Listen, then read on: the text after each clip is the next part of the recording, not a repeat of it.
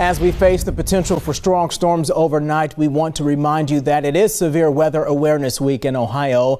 A statewide tornado drill took place shortly before 10 this morning.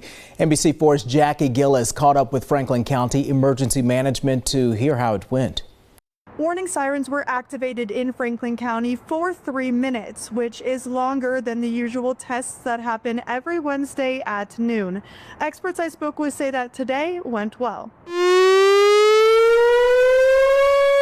This is the sound residents heard across Ohio at 9:50 this morning. That tone is the same tornado warning tone used when an actual tornado warning is issued.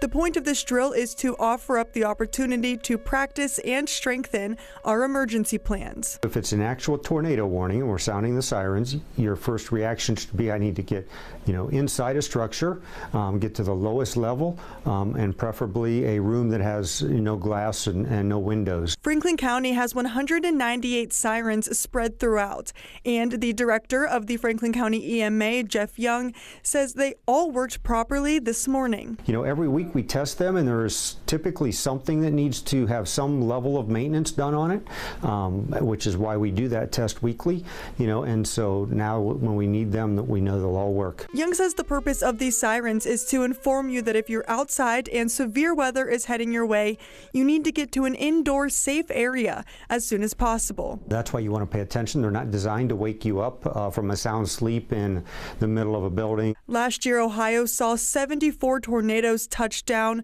far exceeding the record of 62 set in 1992.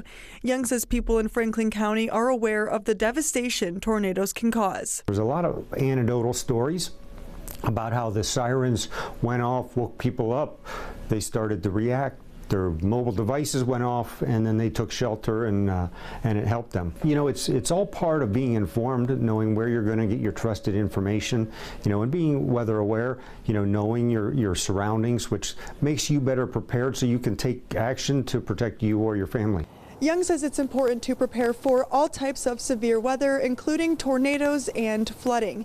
And besides having a plan in place, it's also important to build an emergency kit, and that should include items like food and water. Local for you in Columbus, I'm Jackie Gillis, NBC4.